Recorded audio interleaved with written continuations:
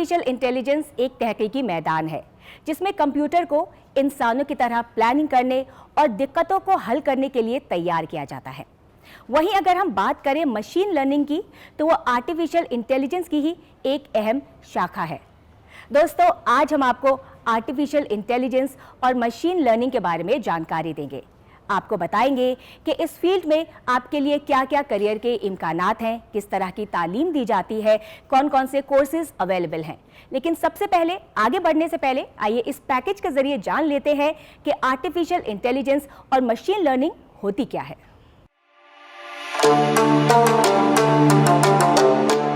Artificial intelligence एक तहकीकी मैदान है जिसमें कंप्यूटर को इंसान की तरह प्लानिंग करने और दिक्कतों को हल करने के लिए तैयार किया जाता है। वहीं मशीन लर्निंग एआई यानी आर्टिफिशियल इंटेलिजेंस की एक शाखा है जिसमें कंप्यूटर डेटा से सीखता है, पैटर्न पता करता है और इंसान के बिना भी फैसला ले पाता है। दुनिया भर में आर्टिफिशियल इंटेलिजेंस का कारोबार काफी तेजी से तरक्की कर रहा है। नतीजा ये है कि हिंदुस्तान में एआई और मशीन लर्निंग प्रोफेशनल्स की डिमांड आसमान छू रही है। अगर आप आईटी सेक्टर के नए शोबे में करियर की राह ढूंढ रहे हैं, तो आर्टिफिशियल इंटेलिजेंस और मशीन लर्निंग में कोर्स करके अपना मुस्तकबिल चमका सकते हैं। एक रिसर्च बेस्ड रिपोर्ट के मुताबिक अगले कुछ सालों में एआई का दायरा बढ़कर 3 गुना हो जाएगा। जो नौजवान आर्टिफिशियल इंटेलिजेंस में तालीम हासिल करना चाहते हैं लेकिन मशीन लर्निंग में भी दिलचस्पी रखते हैं, उनके लिए बीटेक इन आर्टिफिशियल इंटेलिजेंस और मशीन लर्निंग कोर्स एक बेहतरीन ऑप्शन है। इस कोर्स में स्टूडेंट्स अपनी पसंद के दोनों सब्जेक्ट्स के बारे में सीख पाएंगे। इस कोर्स में स्टूडेंट्स को design and analysis of algorithm, web technology, computer system architecture, programming, data communication and computer network, mobile application और रोबोटिक्स जैसे सब्जेक्ट्स के बारे में पढ़ाया जाता है, जहां आप artificial intelligence and machine learning में तालीम हासिल करके अपने मुस्तकबिल को एक नई बुलंदी दे सकते हैं।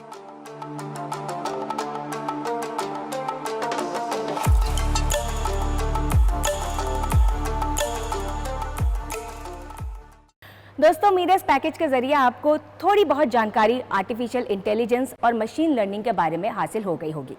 इसी फील्ड पर ज़्यादा बातचीत करने के लिए बढ़ते हैं अपने अगले सेगमेंट में, जिसका नाम है करियर की बात एक्सपर्ट के साथ। दोस्तों, आज हम आपको जानकारी दे रहे हैं आर्टिफिशियल इंटेलिजेंस और मशीन लर्निंग के बारे में। इसी फील्ड पर ज़्यादा बातचीत करने के लिए हमारे साथ इस वक्त मौजूद हैं गौतम बुद्ध यूनिवर्सिटी के vice chancellor professor Ravindra Kumar Sinha. आइए उनसे बात करते हैं और जानने की कोशिश करते हैं कि क्या है आर्टिफिशियल इंटेलिजेंस और मशीन लर्निंग, और गौतम बुद्ध यूनिवर्सिटी में क्या कुछ खास किया जा रहा है इस फील्ड में। खैर मकदम है सर आपका हमारे इस प्रोग्राम में। धन्यवाद। आर्टिफिशियल इंटेलिजेंस ऐसे तो अपने आप में काफ़ी पॉपुलर नाम हो गया है, मगर यदि हम हिंदी या कहिए उर्दू के क्षेत्र में भी इसका अनुवाद करें तो इसे हम कृत्रिम बुद्धिमत्ता कहेंगे। कई लोग कृत्रिम बुद्धि कहते हैं, बट इंटेलिजेंस कह रहे हैं तो कृत्रिम बुद्धिमत्ता है।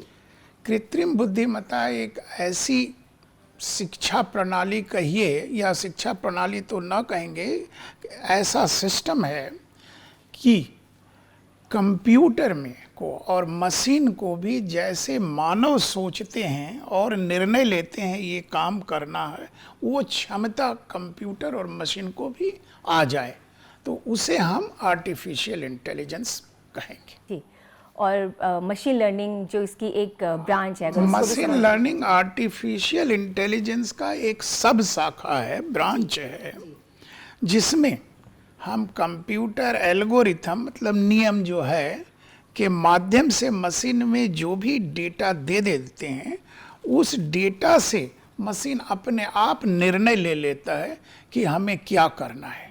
हम उदाहरण के लिए बताते हैं कि जैसे एक गाड़ी है, हम उसको रेड लाइट दिखेगा तो बंद हो जाता है, येलो लाइट है तो धीरे चलेगा, ग्रीन है तो तेज से चलेगा।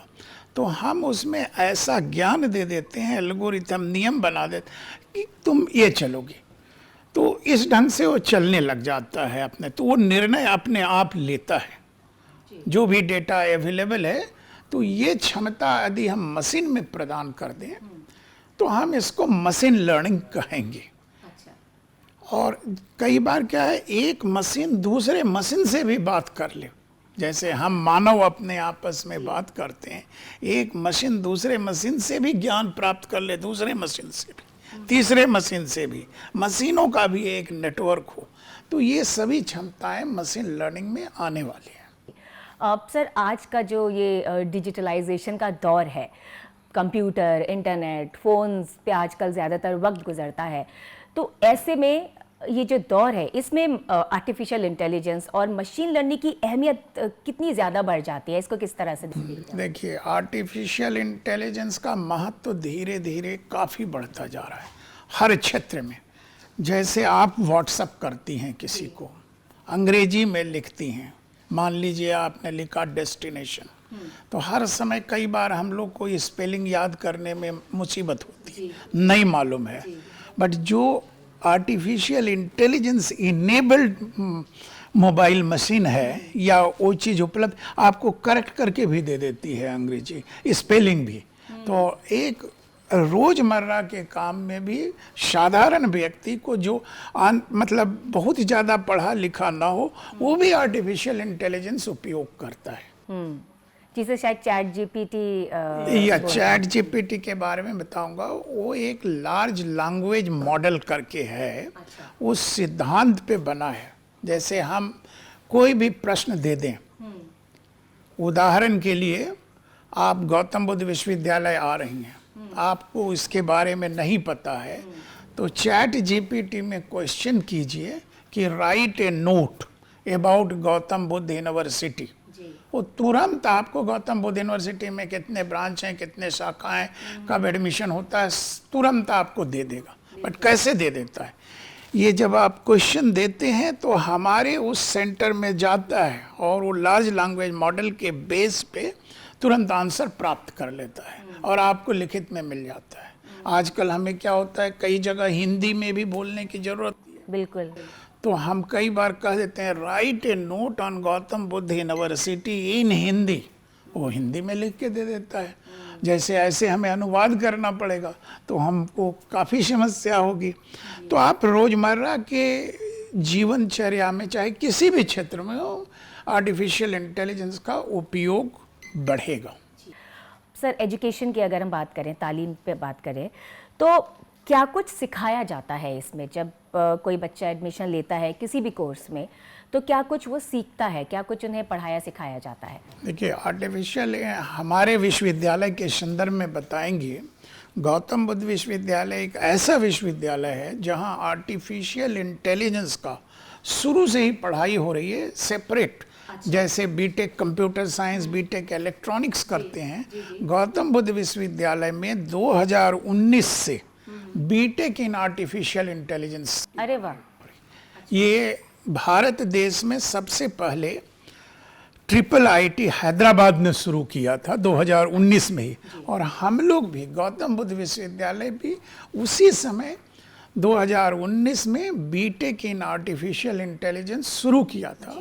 कई लोगों का था कि आप समय से आगे जा रहे हैं, ज़रूरत होने के पहले शुरू कर रहे हैं, किंतु 4 साल में इतना विकास हो गया कि इसकी आवश्यकता महसूस हो गई। बीटेक इन आर्टिफिशियल इंटेलिजेंस शुरू किए थे, मगर इसका उपयोग जैसे आजकल लोग BTech in electronics and communication with specialisation in artificial intelligence या अदर स्पेशलाइजेशन जैसे डेटा साइंस, मशीन लर्निंग, ये स्पेशलाइजेशन दे के कोर्स हमारे यहाँ भी शुरू है।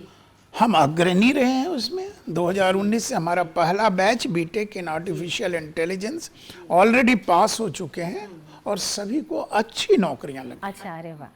तो सर, जैसा कि आपने बताया कि 2019 से शुरुआत हो गई थी बीटेक इन आर्टिफिशियल इंटेलिजेंस, तो जाहिर है अपने आप में ही एक नामी कोर्स है और काफ़ी कुछ ख़ास होगा इसमें।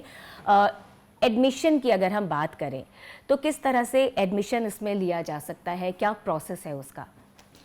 गौतम बुद्ध विश्वविद्यालय में एडमिशन के कई प्रक्रिया हैं। जैसे बीटेक कोर्सेज में, बीटेक किसी भी ब्रांच में बैचलर ऑफ टेक्नोलॉजी, जिसको हम आम भाषा में इंजीनियरिंग का कोर्स कहते हैं, लेने के लिए हम अपना एक एंट्रेंस टेस्ट करवाते हैं। जैसे इस साल वो 12 मई को प्रस्तावित है, और जो 12 मई को नहीं दे सकते किसी भी कारणवश से, उनके लिए एक और दिन हम देते हैं, ताकि लड़के जिन विद्यार्थी जिन्हें इंटरेस्ट है उनको असुविधा ना हो। तो उनके अनुसार से हम डेट देते हैं। पहला टेस्ट 12 मई को होगा। तो एक तो एंट्रेंस टेस्ट के माध्यम से लेते हैं हम। यदि हमारी सीट भर जाती है जिस ब्रांच में, तब तो हम और कहीं नहीं जाते। बट कुछ ब्रांच हैं इंजीनियरिंग में जिसमें नहीं भरते हैं, तो हम जो है भारत सरकार की जो JEE मेन एग्जाम के रिजल्ट के बेस पे भी एडमिशन देते हैं बीटेक। अरे वाह जी। तो सर कितनी सीट्स होती हैं आपके यहाँ कोर्सेज में? हमारे यहाँ इस वर्ष 4002 सीट हैं सभी ब्रांच को लगा के, जिसमें इंजीनियरिंग भी है, चूँकि गौतम बुद्ध विश्वविद्यालय एक सही माने में मल्टी डिसिप्लिनरी यूनिवर्सिटी है।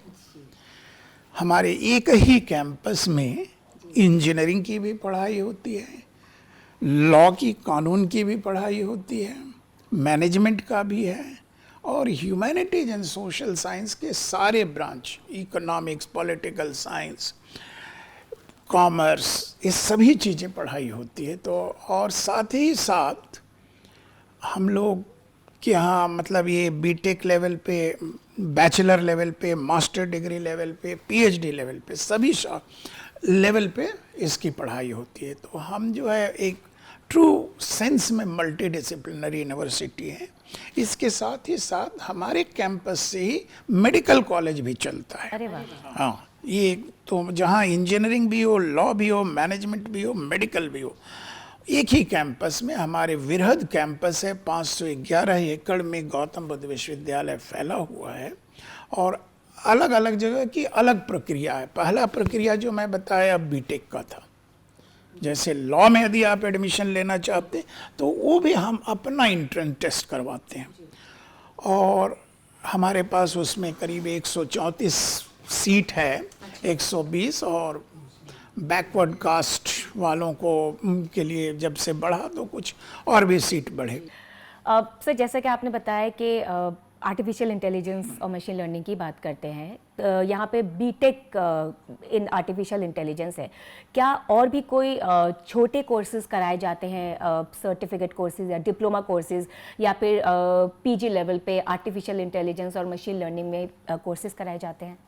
आपका प्रश्न बहुत सटीक है, क्योंकि अभी तक हम केवल बीटेक की बात किए थे।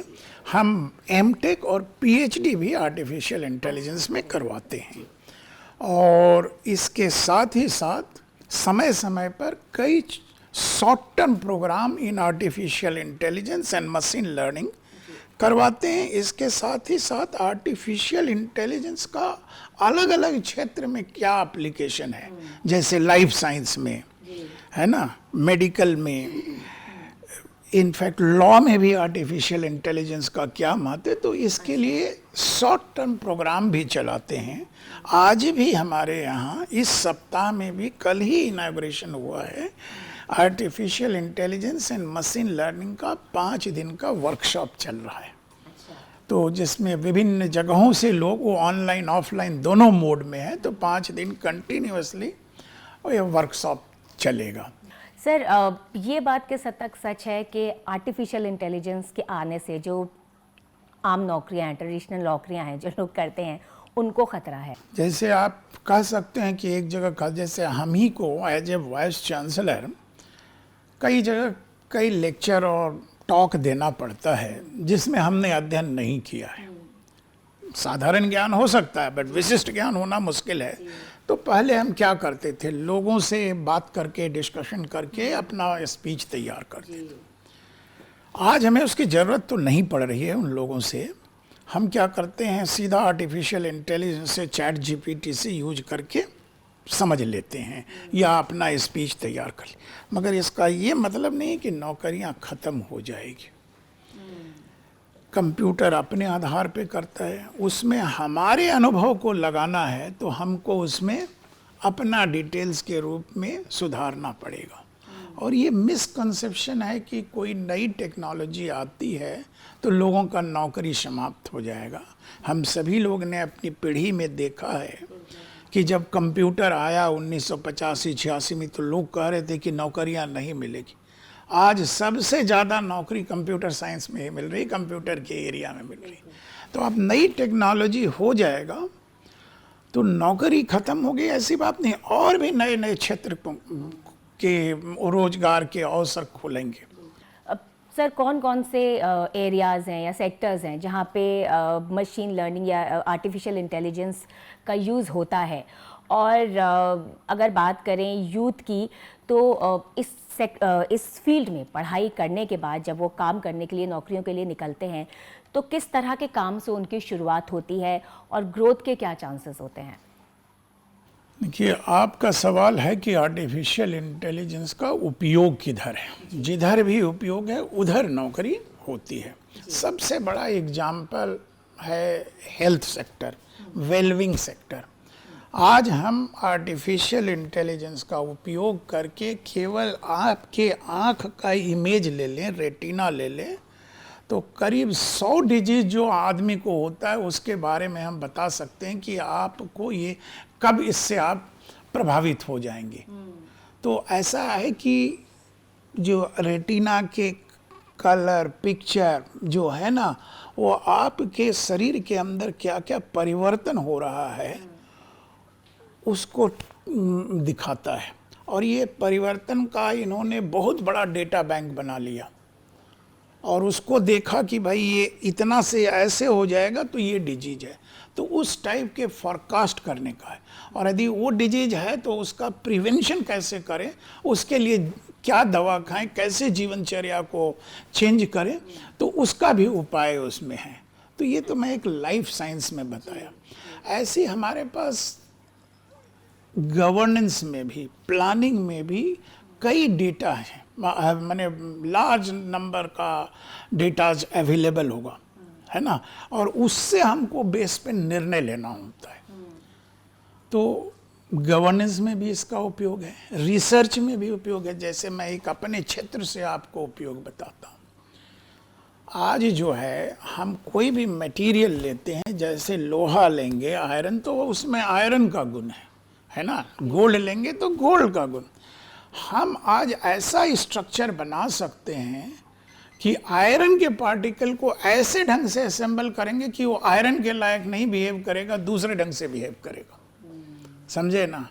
जैसे हम अभी तो आप अपना दर्पण देखते हैं तो मिरर देखते हैं, इमेज, ये आपका ग्लास सरफेस है, पीछे में इसको पेंटिंग किया गया है, उससे रिफ्लेक्ट होता है।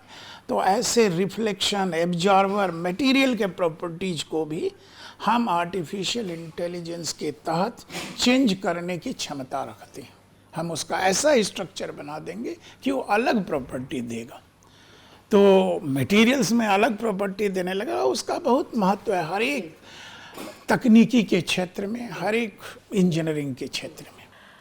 जैसा कि आपने बताया कि बहुत ज़्यादा महत्व है, इम्पॉर्टेंस है आर्टिफिशियल इंटेलिजेंस का, और क्योंकि इसके लिए ऐसे एक्सपर्ट्स की ज़रूरत है जो मशीनों पर काम करेंगे और उनको इस तरह से तैयार करेंगे जो प्लानिंग कर सकें, इंसानी दिमाग की तरह काम कर सके। तो अब जाहिर सी बात है, जो बच्चे इस फील्ड में आना चाहते हैं, पढ़ाई करना चाहते हैं, उनमें भी कुछ ना कुछ खूबियाँ या ख़ास चीज़ें तो होती होंगी जो बतौर एजुकेशनिस्ट या यहाँ पे यूनिवर्सिटी के वाइस चांसलर हैं, आप लोगों की भी कुछ गाइडलाइंस होगी जो आप देखते होंगे यूथ के अंदर।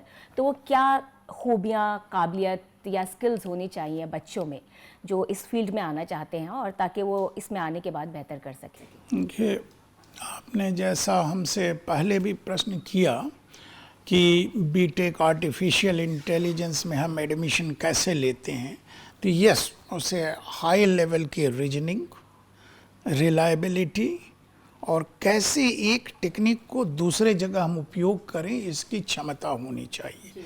और मैथमेटिकल इक्वेशंस को कैसे डील करें, बेसिक्स की आज और ज़्यादा ज़रूरत है। जैसे हम इंजीनियरिंग पढ़ाते हैं तो फर्स्ट ईयर में हम फिजिक्स, केमिस्ट्री, मैथ्स ये पढ़ाते हैं। क्यों पढ़ाते हैं? इसी का उपयोग इंजीनियरिंग में है। ऐसी आर्टिफिशियल इंटेलिजेंस में भी बेसिक प्रोग्रामिंग टेक्निक उसकी ज़रूरत है। जो कर लिए हैं वही मशीन को सिखा सकते हैं। ठीक है, तो इसकी ज़रूरत है। सर, किसी इंस्टीट्यूट का नाम कितना ज़्यादा अहम हो जाता है जब कोई भी नौजवान फील्ड में निकलता है काम करने के लिए। आर्टिफिशियल इंटेलिजेंस के फील्ड की अगर हम बात करें तो इंस्टीट्यूट का नाम कितना अहम हो जाता है उनके करियर को और ज़्यादा उड़ान देने के लिए? देखिए, कोई भी इंस्टीट्यूट, वहाँ के जो पास आउट विद्यार्थी हैं उनके नाम से उनका नाम आगे बढ़ता है, चाहे वो IIT हो, दिल्ली यूनिवर्सिटी हो, JNU हो। और यही चीज़ गौतम बुद्ध यूनिवर्सिटी के लिए भी लागू होगा। गौतम बुद्ध यूनिवर्सिटी जो है 2008 में ही शुरुआत हुई है, तो यहाँ के पास आउट क्या कर रहे हैं? As far as BTech artificial intelligence का सवाल है तो हमारे फर्स्ट बैच के ही जो पास आउट लोग हैं वो बड़ी बड़ी कंपनियां जैसे ST micro electronics, Google, Microsoft, इसमें उनकी नियुक्तियां हुई है। तो ये अच्छी फर्म में नियुक्तियां पाना ये अपने आप में एक अचीवमेंट है। बट इससे भी एक आगे की दुनिया आज आई है कि जो पास आउट हैं वो अपना ही कंपनी इस्टेब्लिश करना चाहते हैं, है ना? अपना ही कंपनी इस्टेब्लिश करना चाहते हैं, जिसको हम आजकल स्टार्टअप कह रहे हैं। और वो डेटा बैंक लेके बनाना चाहते हैं और जिसका मॉडल को लोग यूज करें, बड़ी कंपनियां उसको खरीद लेती है। तो आज के बच्चे, ये स्टूडेंट्स की ये आकांक्षा है कि ऐसे ऐसे बहुत से स्टार्टअप हों, मतलब वो जॉब सीकर नहीं है, जॉब क्रिएटर हैं, और वो अपने साथ लोगों को अपॉइंट भी कर लेते हैं और उस ढंग से आगे बढ़ना चाहते हैं। तो ये यदि आपके जो ऐसे जॉब क्रिएटर हैं या स्टार्टअप यदि वो बहुत प्रसिद्ध होते हैं तो भी विश्वविद्यालय या उस इंस्टीट्यूट का नाम ज़्यादा होता है। काफ़ी कुछ बताया सर आपने इस फील्ड के बारे में, क्या है आर्टिफिशियल इंटेलिजेंस और मशीन लर्निंग, इसकी इम्पोर्टेंस बताई। गौतम बुद्ध यूनिवर्सिटी में क्या कुछ ख़ास इस फील्ड में हो रहा है, कौन कौन से कोर्सेज़ हैं, किस तरह से एडमिशन लिया जा सकता है, काफ़ी ज़्यादा डिटेल में आपने इस फील्ड के बारे में हमें बताया। चलते चलते आपसे मैसेज लेना चाहेंगे उन नौजवानों के लिए जो इस फील्ड में अपना करियर बनाने के ख्वाहिशमंद हैं।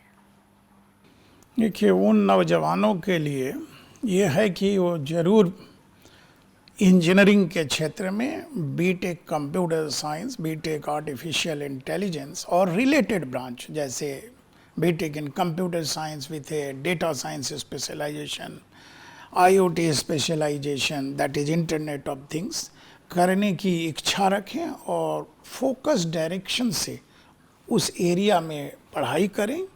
और एट द सेम टाइम हर एक इंजीनियरिंग के पीछे बेसिक, उसके पीछे फिजिक्स, मैथमेटिक्स और केमिस्ट्री जो मूलभूत साइंस है, मेन जो साइंस है उसकी ज़रूरत पड़ेगी। जो इसमें ज़्यादा जानकार होंगे वही अच्छा से उसका उपयोग कर सकेंगे। तो आपकी अपनी basic capabilities in this subject is important and it will remain important in future also. बहुत बहुत शुक्रिया सर, आपने अपने बिजी स्केड्यूल से हमारे लिए वक्त निकाला और हमें इतनी ढेर सारी जानकारियाँ दी। बहुत बहुत शुक्रिया आपका। धन्यवाद, थैंक यू। तो दोस्तों, आर्टिफिशियल इंटेलिजेंस और मशीन लर्निंग के बारे में बात करने के बाद बढ़ते हैं आगे, जहां हम बात करेंगे आपकी नौकरियों और एडमिशन्स के बारे में। अपने अगले सेगमेंट में हम आपको बताएंगे कि आपके लिए इस वक्त कहां-कहां नौकरियां मौजूद हैं और कौन-कौन से कोर्सेज में आप एडमिशन ले सकते हैं।